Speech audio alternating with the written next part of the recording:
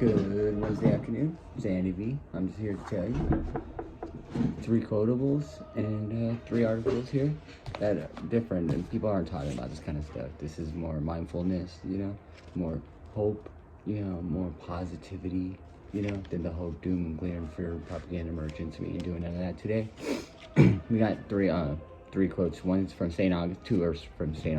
Augustine, because he's said a lot, and we know that Nancy Pelosi is a Catholic and stuff like that, so hopefully she believes in the spark of divinity of St. Augustine and his true wisdom. We shall see, right?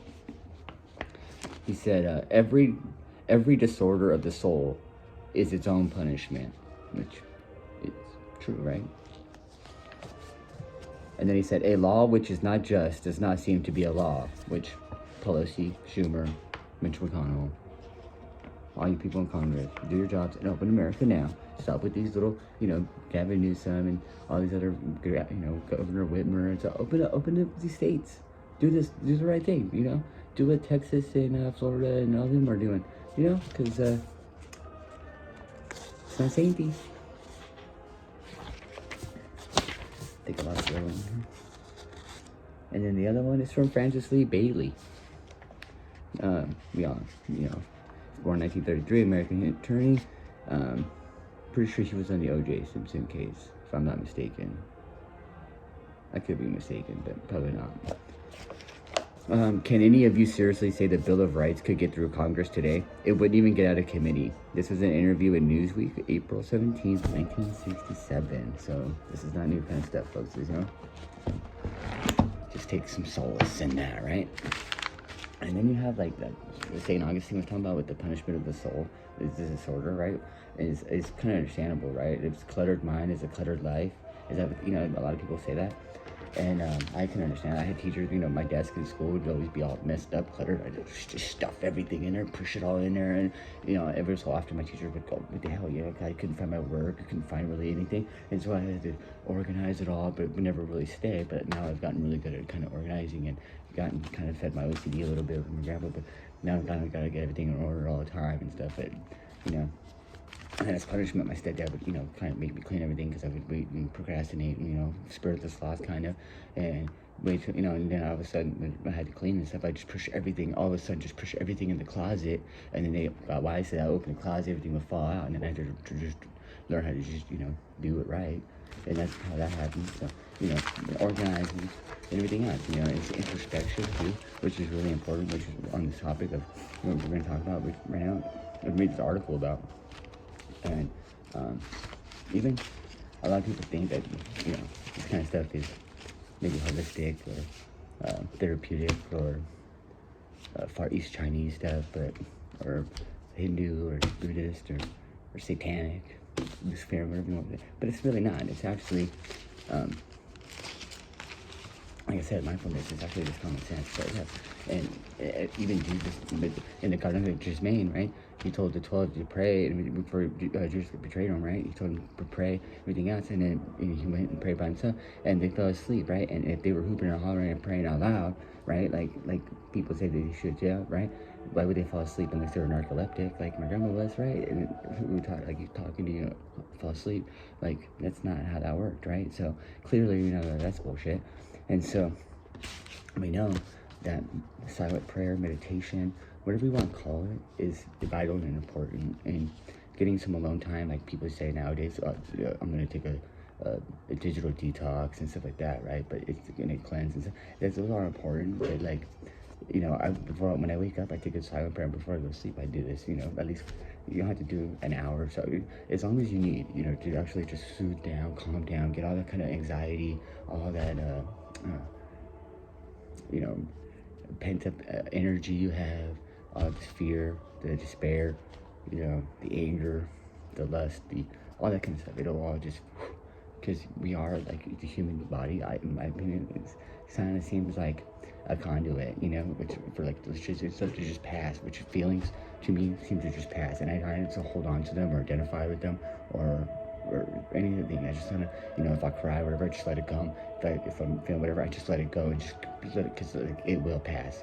Like the rain comes down and it goes, right? Electricity, lightning, and then it goes away. It's the same kind of aspect, in my opinion. And so right now I'm gonna read you this article from the Epic Times. I got this in the mail. In the newspaper. People don't really read these anymore, but you should. And it's really nice. But they have, like, you know, I used to read this paper a lot, especially in high school. And like they have all kind of, like, instead of just watching CNN or Fox News or whatever one you're watching, right? They have, like, they're just giving you the headlines or the fear and the despair, the believes it leads kind of aspect, the headlines, right? And the weather sometimes too, right? But like the newspaper will give you like the whole teeter-totter, right? The whole mind, body, and soul. It gives you the article. It gives you the you know, the national, the international, sometimes the business, the weather, the funnies, the opinions. The, you know, it gives you the stuff that's going around locally. It gives you stuff about, you know, mind, body, and soul, like meditation and what's going on, like the average kids. Like it gives you stuff that people are talking about, like in your area, like yoga or stuff like that, like that are medicinal or therapeutic or whatever you want to call it, you know? So let me just read you this article real quick about meditation, which people should be doing more because it seems to be getting out of control. People are, you know, acting on impulse, which if they were getting other stuff in order, which started. B. Peterson talks about getting your room in order, cleaning your room, which is in your prayer closet in the Bible, right? Same kind of thing. It's in here, right? Because you are the church. We are everything. It's us, right? We are, but your body's a temple, right? So you have to get inside, and then everything else will all fall in place. And this is how, in my opinion, and from the experts and stuff that I talked to in my life, it seems to be the consensus, scientific data consensus. You know, take it that, if you will. But this is meditation. This is measuring meditation's impact on the mind. The long-term meditators process emotions more quickly and calmly. This is by Conan Milliner. Today, I never really had problems stuttering, so kind of reading out loud, kind of get nervous a little bit, but I do have slight dyslexia. I used to write my name backwards and get stuff jumbled up, but reading out loud does kind of help that a lot too, right? So, it says, meditation is an old age practice of inner focus. Hey, boo. Hey, it's a little doggy right here. He's just trying to get some of that wood right there from the wood pile. Meditation is an old age practice of inner focus. In the past, it was associated with monks and sages. So it's mysterious and mystical, who were on a quest for enlightenment. Today, meditation has spread to the masses as more people seek the calm and clarity that only a moment of internal quiet can provide. One factor helping to popularize meditation is proof. For most of the 20th century, science was skeptical of such subjects. In the last few years, however, several studies have been able to validate and verify some of the benefits, thank God for science, of meditation. Take, for example, one of the better studied forms of meditation, yoga. It was once a fringe activity, but now yoga studios are virtually everywhere. Virtually nowadays too, everywhere. Many were intuitively drawn to the practice, and science has encouraged others to try it. Today, researchers have amassed enough good evidence for doctors to confidently recommend yoga to their patients.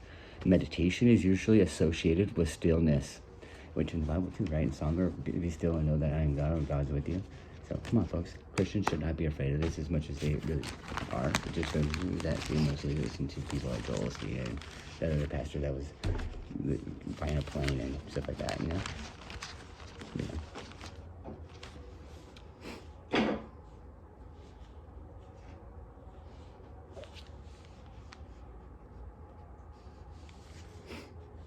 But the twists and bends of a yoga routine make it more of a moving meditation.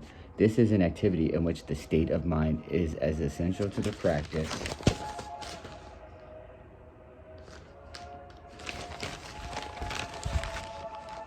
as the physical positions.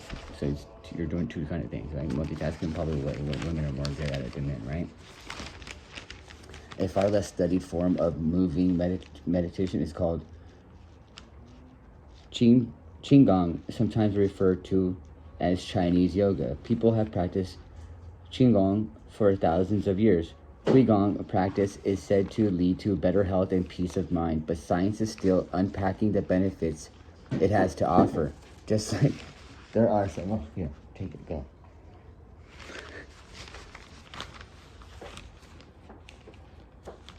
Just like there are several types of yoga, hatha, Iyengar, kundalini, and so on. There are also several types of Qigong. I've also done a yoga thing. It's called laughing yoga, which is actually like you're more belly aching and stuff like that. It's kind of ridiculous, but in a fun way. It's kind of alleviated a lot of stuff. It made me feel. Afterwards, I felt relieved and stuff. It's kind of fun.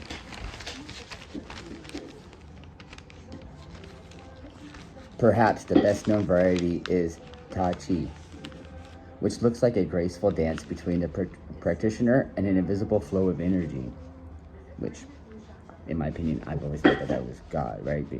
Everything, like energy, force, life, in my opinion, that's what I think it is, life force, energy, the force, right? That's what I've always thought. So what do people get from practicing these mysterious mind-body movements? A new study shed some light with a look at another type of Qigong called Falun Gong. These results are in the February 2020 edition of the journal Brain and Cognition. Ben Bending, PhD, and his team were drawn to study Falun Gong for several reasons. First, it's a Qigong practice that became very popular very quickly when it was first released to the Chinese public in 1992. Within 7 years, there are an estimated 70 million to 100 million Falun Gong practitioners found across China. And yet, unlike with yoga, only a few studies have attempted to measure Falun Gong's effects. Another source of inspiration for Bending was anecdotal evidence, which includes several reports of clearer thinking and better health among people who practice Falun Gong. In 1998, the Chinese government conducted surveys across the country. They found that 98% of the 31,000 practitioners surveyed experienced significant health improvements soon after they began to practice. More than 90% reported suffering from various illnesses before practicing, and more than 70% experienced complete or near complete recovery from their conditions, which is great, right? You don't always need to have big pharma pills. I mean, go to your doctor and like that is important, but you don't always need to just have a pill to be fine and to make you have recovery. You know what I mean? Sometimes things are as simple as this. It's just going to doing stuff like this. You know, and just a couple minutes to just better yourself. It's then it really just sometimes to take up, but sometimes you do need a pill to fix that chemical imbalance. So just always go to your doctor. Some have credited Falun Gong with hard to believe results. Debilitating diseases and disfiguring energies are claimed to have vanished with consistent practice. But explaining how this could possibly happen is something no study has been able to tackle. And Benning's own experience with the practice, Falun Gong helped alleviate his depression and chronic pain. But he wanted evidence that the practice could demonstrate a measurable effect. Obviously, there was a personal interest, but primarily it was because it was such a popular Qigong practice, and very little research has been done on it. Benning's team focused their inquiry on the mind. They wanted to see what impact this practice had on the long-term brain. They looked at two groups, one consisting of people who had just learned of the Falun Gong exercise, and another group who had regularly practiced for at least 2 years. So they're getting some kind of database.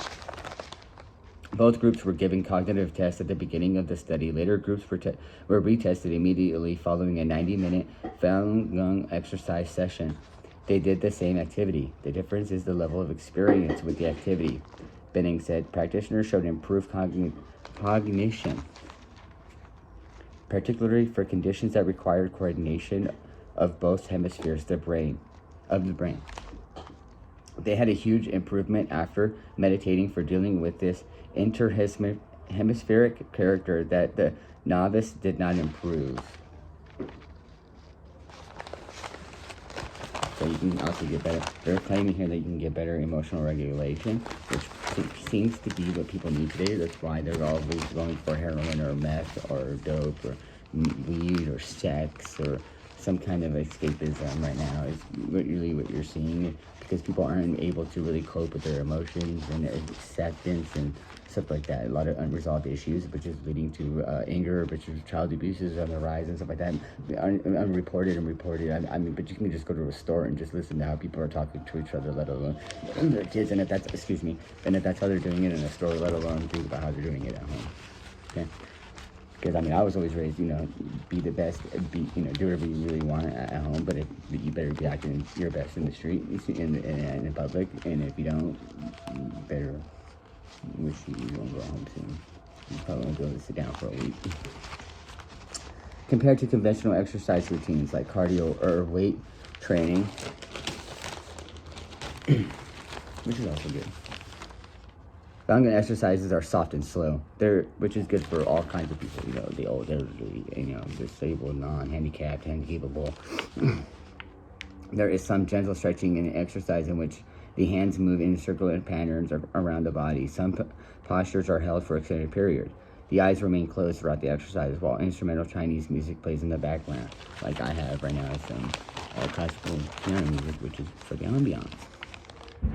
Both groups in the study performed the same gentle movements in the same music, so why did novice do comparatively poor on cognitive tests? While the experienced group was more familiar with the physical routine, Benning speculates that their advantage comes more from the mind than the body. So like muscle memory, mind memory, right?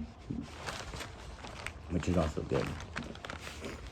And which is like, why you should not be so addicted to cortisol and get more on the dopamine track, because your body will remember that and just start seeking it out like a lab rat. It knows it's going to get shocked, but get to whatever, and it's always going to go for that little thing, right?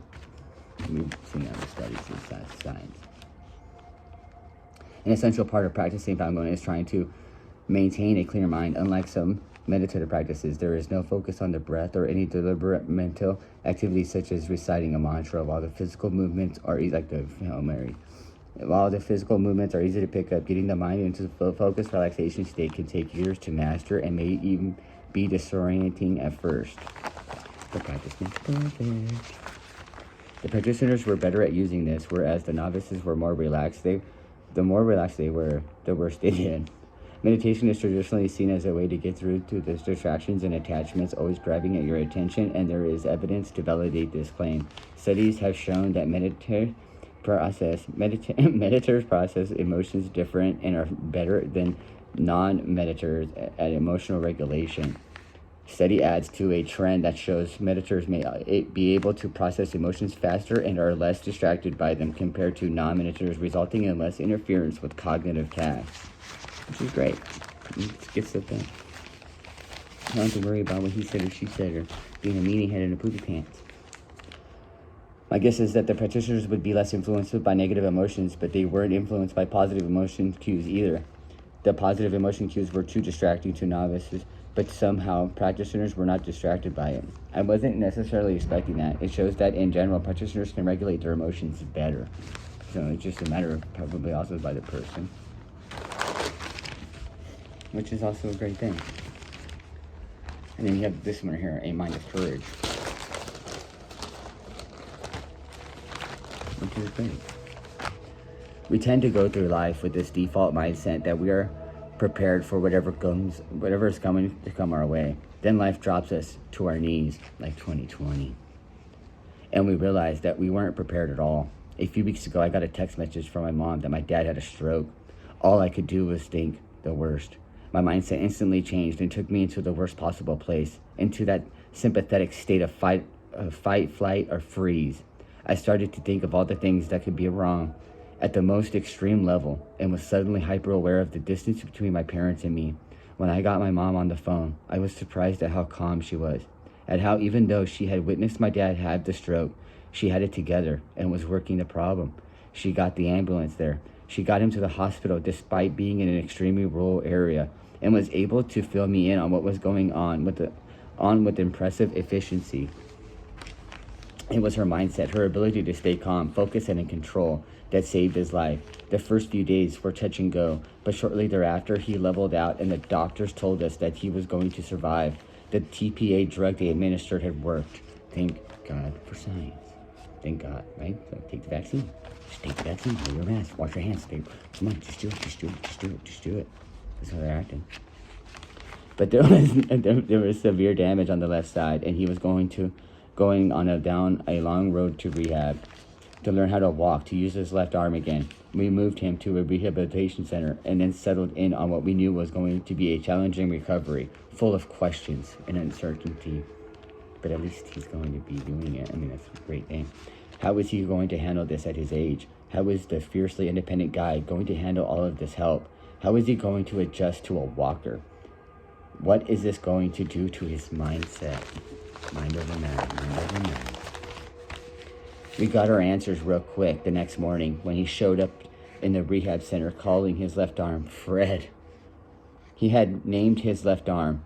He was saying things like, Fred's really not acting like he's part of the family right now. He's kind of the black sheep. He had us laughing at a time when we all really needed it. Not long after that, he named his left leg, Pancho. Pancho had his own identity and wasn't really participating as he needed to either. The whole staff at the rehab center just fell in love with Dad. Every time Dad would show up, they would ask how Pancho and Fred were doing, and they would laugh and carry on and have these fantastic conversations. Because of that laughter and the mindset that established, we could talk about the work that needed to be done dispassionately, and with some humor. That's why passion isn't always good. And that's why compassion and empathy isn't always good, and there needs to be a healthy level. Lines always need to be drawn, and otherwise you won't be able to handle. But and usually in these kinds of times where I excel, it's kind of like I'm hyper vigilant with that, and people in my family kind of think it's kind of odd and whatever. But it's also a good thing. But I've also had to learn to be like that because growing up in a hectic family, growing up when I was born, right, umbilical cord around my neck 3 times, right, and then there was a pneumonia scare, so we had to stay in the hospital for a week. I get out of the hospital a couple months old. My mom goes to prison for drug dealing. I had to be raised by my 2 sisters that are older than me. 17 years was the oldest sister, 14 years is the other one, 14 to 15 or whatever is like my brother, and then 13 years older is my other one. There's 4, they're half, right, so it's kind of like things. But, and then, so then they're raising, and they're doing drugs and everything else because it's just a hellhole, right? And so pretty much I'm a hellion born out of hell, right? So it's just how it happens, right? Out of the belfry, coming out. And so, and then, so I have 105, 106 temperature. They throw me in a tub of ice to save me. And then, constantly moving from hotel to hotel to hotel to hotel growing up because this is how it was. So, and then we finally get these other apartments. My mom does have, just on parole and probation and stuff like that, but selling drugs and doing this kind of stuff. So, and then my dad stabbed me right here, right with the thing. And I says he goes back to prison. I had to testify against him, and then he gets out. and then my mom marries him, right, which is kind of weird, right? And then he asked me what I want. I said I wanted a BB gun, a Chinese throwing star, and some other thing. I wanted a weapon to protect myself from this motherfucker, right? And ever since then, I've pretty much had to take care of myself. And so it's this mindset is key, But people can do this, And then it's just beating the shit out of us for over 10 years after that. And then my sister's having to move in, and then their dramas and shit. So it was like 12 people, like 12 white people living in a 1-2-bedroom apartment all the time, and then their dramas all the time, fighting all the time, and their kids all the time, and then hectic shit, and just all the time, and revolving door, and then their boyfriends all the time, just convicts, and then my stepdad a convict, and all this kind of stuff is all around me, and always telling me, and so I understand a lot of this stuff that people are saying, you're not a man unless you go to prison, and so like that's what kind of how I grew up, and I never wanted to really be like that. I wanted to be in the military and do that kind of stuff, and so and it never really worked out that way because by the time, I was trying to do the right thing and everything else, trying to get out of there, but people don't really believe me, and it was kind of just a headache, and they just assumed the worst, and so then finally I succumbed to it, and finally just went into that little lifestyle, and then it was like, oh, so you have to do this, and so basically I was just trying to get caught all the time. That's why you see that my record's really down. All the stuff that I got caught for was mostly possession of stolen property, receiving stolen property, like dumb shit like that, fencing shit, because growing up, like, I used to go to these little rich schools and stuff, and I'd tell these little rich kids, like, what do you guys want, and they'd be like, oh, I want CDs, these tech decks, this and this and that. I'd go to the stores and sell it, steal them, and then go to the school, and then sell them, and then make all this money, and then boom. So it's just like a whatever, that's capitalistic entrepreneur mindset that I had by just trying to do all this kind of stuff. And so, but one thing led to another. And living in California, in a small town that I lived in, all the cops would ever knew me. So it's just like, and they were just on it. It was Target, boom, boom, boom, boom, and they were just, and that's how it was. And so it's kind of just got out of hand. So on paper, I was like a really bad human being. But like once you meet me, it's like, oh, that guy's really smart. I never thought he would be like that. You know, so it's just how it is. But I mean, it was like that as a kid in household, and so it's like I never really had a chance. But then again, you do. Like the movie like The Blind Side. Like, but then again, if everybody was like that and everybody knew that kind of stuff, there wouldn't be movies like The Blind Side, right? And so that's just the thing, right? And so that's how my life grew up, doing drugs just because I wanted to see what my family was like.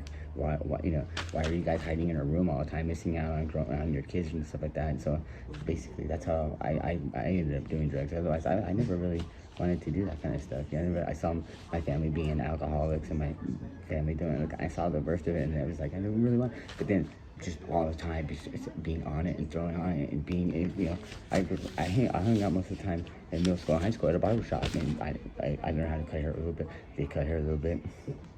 Eventually, you're going to get a haircut, so it's going to happen. That's why a bird of a feather flocks together, and that's why it's important. I mean, that's why sometimes they say, show me your friends and I'll tell you who you are, right? And that's why it's important that we all do better and be better. And it's like, people are so focused on being role models and stuff, but it's like, you don't really have to. And role models don't have to be perfect, It's not really about that right now. The world needs people that are just going to be there for people. And like the song Stand By Me, right? We just have to be there. We have to relate. We have to understand that, life sucks. And we all know that life is hard. It's a struggle. But otherwise, how are you going to be that little butterfly and fly away? How? And we all hurt. We all come from broken homes and broken families, and that's why we have a broken society and a broken world. And we need to be aware of this kind of stuff, right? And so that's the only way to fix this problem, And we can't, think like, oh, the government's gonna do it, or Elon Musk is gonna do it, Bill Gates is gonna do it, or they're preventing it, or because it takes all of us, being kind to your children, being kind to your family, being kind to your neighbor, being kind at the store people, being kind to everybody you meet.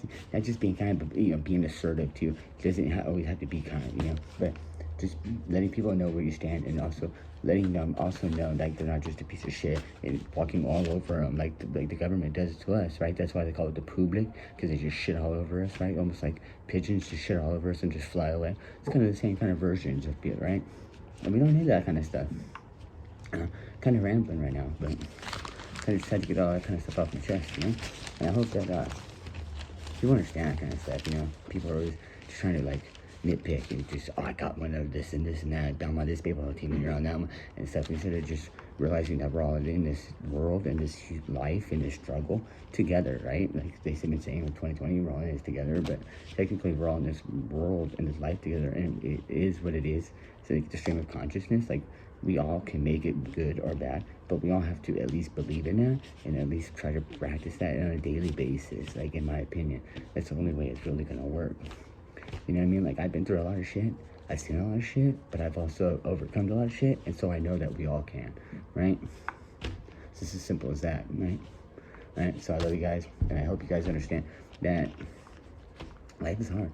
And just because you don't get things like that doesn't mean things aren't going to work or things aren't going to happen, or just because they didn't happen that way, the way you wanted to, doesn't mean things aren't going to work out, or your life isn't going to be good or bad or whatever.